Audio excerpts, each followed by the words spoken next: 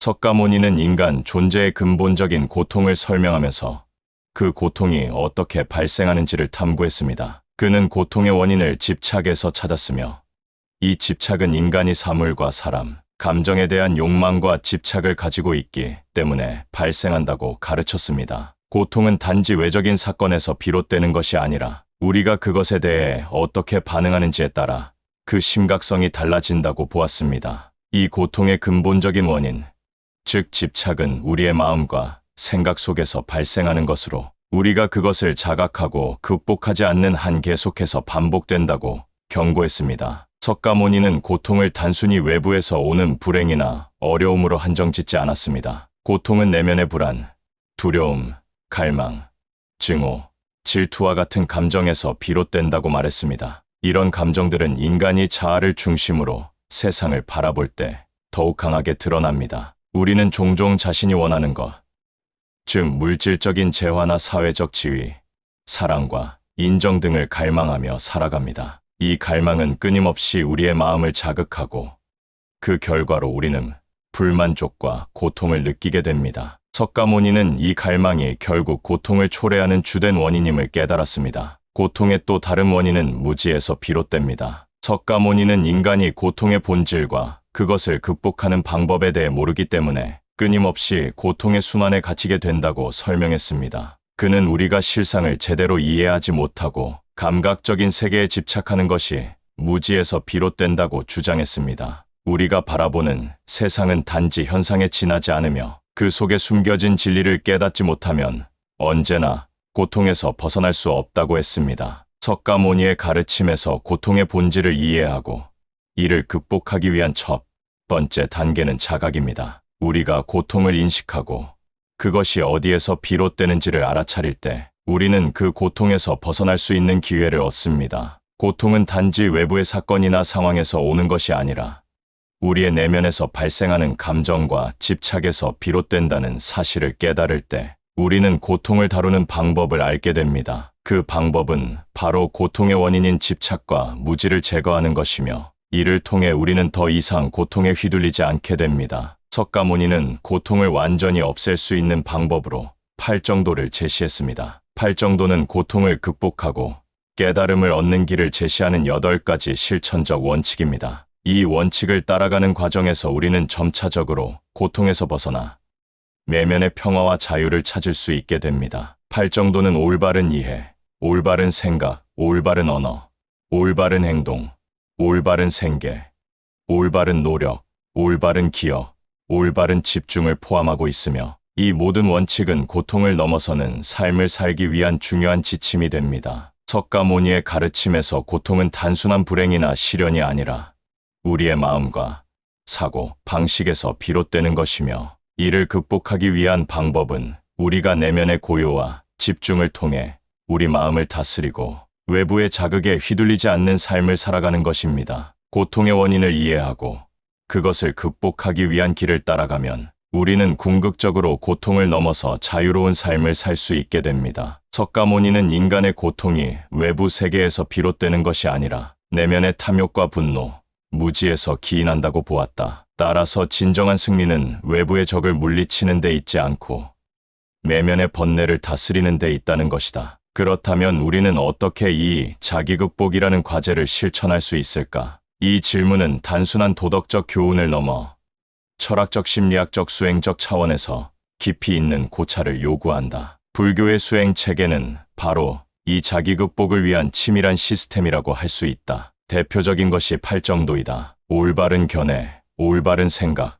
올바른 말, 올바른 행위, 올바른 생계, 올바른 노력, 올바른 마음 챙김, 올바른 집중으로 구성된 이 팔정도는 인간이 자기 내면의 무지를 벗고 탐욕과 분노를 다스릴 수 있는 구체적인 실천 방안을 제시한다. 다시 말해, 자신을 이기는 길은 고행이나 극단적인 자기 부정이 아니라 꾸준한 자기 관찰과 균형 잡힌 삶의 태도 속에서 이루어진다는 것이다. 이 과정에서 특히 강조되는 것은 정념이다. 이는 현재의 순간에 집중하며 자기 안에서 일어나는 감정과 생각, 충동을 있는 그대로 알아차리는 태도다. 오늘날 서구 심리학에서도 마인드풀니스라는 이름으로 주목받고 있는 이 개념은 자기인식의 핵심이다. 석가모니는 이러한 정념의 실천을 통해 인간은 자신 안의 무지를 깨닫고 분노의 뿌리를 찾으며 탐욕의 환상을 꿰뚫을 수 있다고 보았다. 분노를 분노로 이기려 하면 분노는 더욱 자란다. 자애로서 분노를 이기라는 또 다른 가르침이 그 핵심이다. 현대의 뇌과학도 이 점을 뒷받침한다. 하버드 의과대학의 연구에 따르면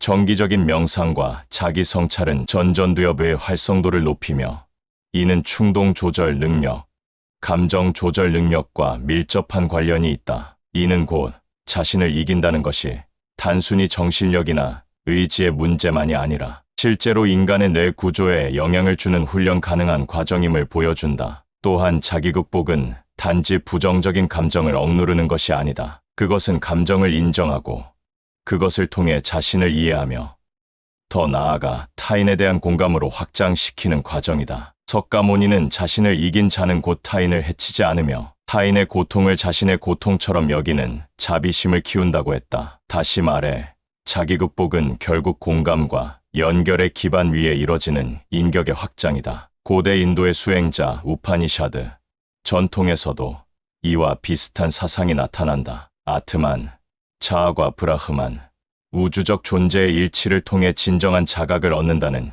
이 사상은 자기 극복이 단지 내면의 갈등 해결이 아니라 우주적 진리와의 일치라는 보다 높은 차원의 깨달음을 목표로 한다. 이는 석가모니의 가르침과도 맥락을 같이 한다. 그는 자기라는 환상에서 벗어날 때 진정한 해탈이 가능하다고 보았고 이를 위해 지속적인 명상과 수행을 강조했다. 이처럼 자기 극복은 단순한 자제력이 아니다. 그것은 철저한 자기 이해와 수용, 그리고 이를 바탕으로 한 선택의 반복이다. 어떤 이는 분노를 느끼고 그것에 따라 행동하며 또 어떤 이는 그 분노를 자각하고 멈춘다. 이 차이는 단지 도덕적 수준의 차이가 아니라 내면을 성찰하는 능력의 차이다. 그리고 석가모니가 말한 자신을 이기는 자는 바로 이 성찰과 선택의 주도권을 가진 사람이다. 현대 심리학자 빅터 프랭클은 자극과 반응 사이에는 공간이 있고 그 공간 안에는 우리의 자유와 성장의 힘이 존재한다고 말했다. 이는 석가모니의 가르침과도 일맥상통한다. 외부 자극에 즉각적으로 반응하지 않고 그 사이의 공간에서 자신을 돌아보는 능력, 그것이 진정한 자기 극복의 시작이기 때문이다. 결론적으로 석가모니가 강조한 자기 극복은 단순히 금욕적 삶이나 감정, 억제의 수준이 아니다. 그것은 자기 자신을 깊이 들여다보는 능력이며 현재 순간에 충실하고 타인과 세상의 자비를 품는 인격의 완성이다. 이를 통해 인간은 외부의 전쟁에서 100번 승리한 자보다도 더 위대한 존재가 될 수 있다. 자신을 이긴다는 말은 단순히 의지를 가지고 참아내는 것처럼 보일 수도 있지만 실제로는 매우 복잡하고 고통스러운 내면의 과정을 포함한다. 인간이 외부의 적보다 내면의 적과 싸우는데 더 큰 어려움을 겪는 이유는 무엇일까? 이는 단지 개인의 나약함 때문이 아니라 인간 심리 구조 자체가 자기 극복을 어렵게 만들기 때문이다. 첫 번째 이유는 인간이 기본적으로 쾌락을 추구하고 고통을 회피하는 성향을 가지고 있기 때문이다. 불교에서는 이를 탐진치라 부른다. 탐욕, 분노, 어리석음은 마음의 세 가지 도구로 자기 내면을 흐리고 스스로를 기만하게 만든다. 특히 탐욕은 항상 조금 더를 요구하고 분노는 자신이 상처받았다는 착각에서 비롯되며 무지는 이러한 감정들이 진짜 자아에서 비롯된 것이라는 잘못된 믿음을 강화한다. 이 세 가지 독은 서로 맞물리며 인간을 계속해서 고통의 순환 속으로 끌어당긴다. 현대 심리학에서도 유사한 개념이 존재한다. 지그문트 프로이트는 인간의 무의식 속에는 원초적 욕망이 자리 잡고 있다고 보았고 이를 이드라고 불렀다. 이드는 자기 통제나 윤리를 고려하지 않고 즉각적인 만족을 추구한다. 반면 초자아는 도덕성과 사회 규범을 대변한다. 그리고 자아는 이들 사이에서 균형을 유지하려 한다. 석가모니의 자기 극복이라는 개념은 이드의 충동을 억누르고 자아가 주도권을 잡는 상태와 비슷하다. 하지만 문제는 인간이 자신의 무의식을 잘 알지 못한다는 것이다. 자신이 왜 분노하는지, 왜 충동적으로 소비하는지, 왜 특정한 사람에게 집착하는지조차 의식하지 못한 채 행동한다. 그러니 그 무의식의 힘을 인식하고 통제하는 자기 극복은 본질적으로 어렵다. 두 번째 장애물은 자기 동일화이다. 우리는 종종 감정이나 생각, 과거의 경험과 자신을 동일시한다. 나는 원래 성격이 급해. 나는 어릴 때부터 소심했어. 나는 이걸 해야만 행복해와 같은 생각들이 그것이다. 이런 믿음은 변화 가능성을 차단하고 자기 자신을 고정된 존재로 인식하게 만든다. 석가모니는 바로 이 지점에서 무아를 설파했다. 고정된 자아는 환상이며 모든 것은 변화하고 관계 속에서 존재한다고 보았다. 그러나 현대인들은 오히려 SNS, 자기계발서, 문화산업 등을 통해 확고한 자아를 만들어내는 데 집착한다. 자신을 규정하는 정체성의 틀은 어느 순간부터 자기 극복의 벽이 된다. 세 번째 장애물은 비교와 경쟁이다. 현대 사회는 타인과의 비교를 통해 자아를 확인하는 구조를 강화한다. 우리는 남보다 잘해야 한다고 교육받고 성취와 소유를 통해 가치를 인정받는 문화 속에 살아간다. 이런 환경에서 자기 자신을 정직하게 돌아보는 일은 오히려 약점으로 보이기 쉽다. 석가모니는 남의 허물 보지 말고 자신의 허물을 보라고 했다. 하지만 현대인은 타인의 시선과 평가에 과도하게 매달린다. 자기와의 싸움이 아니라 남과의 싸움에 인생의 에너지를 모두 소모하고 마는 것이다. 여기에 과거의 상처와 트라우마도 작용한다. 자기 자신을 이기려면 우선 자신을 있는 그대로 바라보는 용기가 필요하다. 하지만 많은 사람들은 과거의 상처나 잘못을 회피하거나 부정한다. 정직한 자기 성찰은 고통스럽기 때문이다. 미국의 심리학자 칼 로저스는 사람들은 자신이 진정 어떤 사람인지 알게 될 때 비로소 변화할 수 있다고 말했다. 하지만 진실을 마주하는 일은 언제나 두렵고 불편하다. 따라서 대부분은 회피하거나 핑계를 대고 결국 자기 극복의 문턱을 넘지 못한다. 게다가 자기 극복은 일회성 사건이 아니라 지속적인 과정이다. 어떤 결심이나 목표는 단기간의 동기부여로 이룰 수 있지만 자기 극복은 매일의 삶 속에서 반복적으로 실천해야 한다. 이는 지루하고 때로는 퇴보하는 것처럼 느껴진다. 석가모니는 이를 잘 알았기에 수행자들에게 지게와 정진을 강조했다. 하루아침에 이루어지는 깨달음은 없으며 성찰과 실천이 쌓일 때 비로소 무지가 걷힌다는 것이다. 결국 자기 극복이 어려운 이유는 인간의 내면 구조가 그것을 방해하도록 짜여 있기 때문이다. 충동적 본능, 고정된 자아 인식, 타인과의 비교, 과거의 상처, 반복되는 실패 등은 모두 우리가 자신을 이기지 못하게 하는 장벽이다. 하지만 석가모니는 이 장벽을 넘을 수 있는 열쇠는 지속적인 알아차림에 있다고 보았다. 지금 이 순간 내가 어떤 감정 상태에 있는지, 어떤 욕망에 끌리고 있는지를 자각할 수 있다면 우리는 점차적으로 자신을 조율할 수 있다. 이 점에서 자기 극복은 의지력보다도 자기이해의 문제인 것이다. 요컨대 자신을 이기기 어려운 이유는 복잡하고 다층적이다. 그러나 그 어려움 속에서 석가모니는 인간에게 가능성을 보았다. 내면의 어두운 영역을 인식하고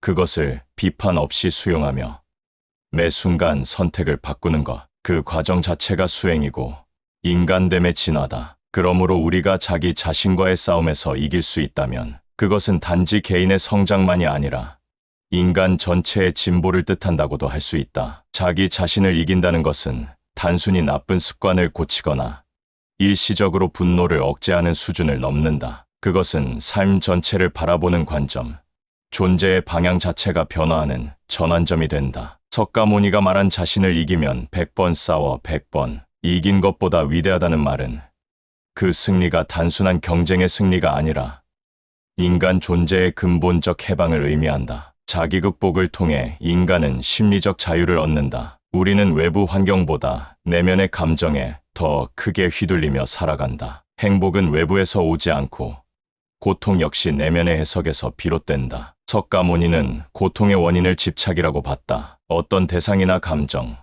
사람에 대한 집착은 스스로 만든 감옥이다. 자기 극복은 바로 이 집착의 사슬을 끊어내는 일이다. 더 이상 무언가를 꼭 가져야 하거나 꼭 되어야 할 필요가 없을 때 인간은 처음으로 편안하고 자유로운 상태를 경험한다. 이 자유는 무기력이나 체념이 아니다. 오히려 가장 적극적인 삶의 태도다. 왜냐하면 자기 극복을 이룬 사람은 더 이상 외부 조건에 휘둘리지 않기 때문이다. 상황이 좋을 때만 평온한 것이 아니라 고난 속에서도 중심을 잃지 않는 내면의 안정성이 생긴다. 고대 스토아 철학자 에픽테토스도 우리가 통제할 수 있는 것은 우리의 반응뿐이라 했다. 석가모니의 가르침도 이와 맥락을 같이 한다. 외부에서 오는 자극보다 중요한 것은 그에 대한 나의 태도이다. 자기극복은 이 태도를 재구성하는 힘이다. 두 번째로, 자기극복은 관계의 방식을 바꾸게 한다. 자기 자신을 이해하고 수용한 사람은 타인에 대해서도 관용과 연민을 갖게 된다. 자신 안의 분노,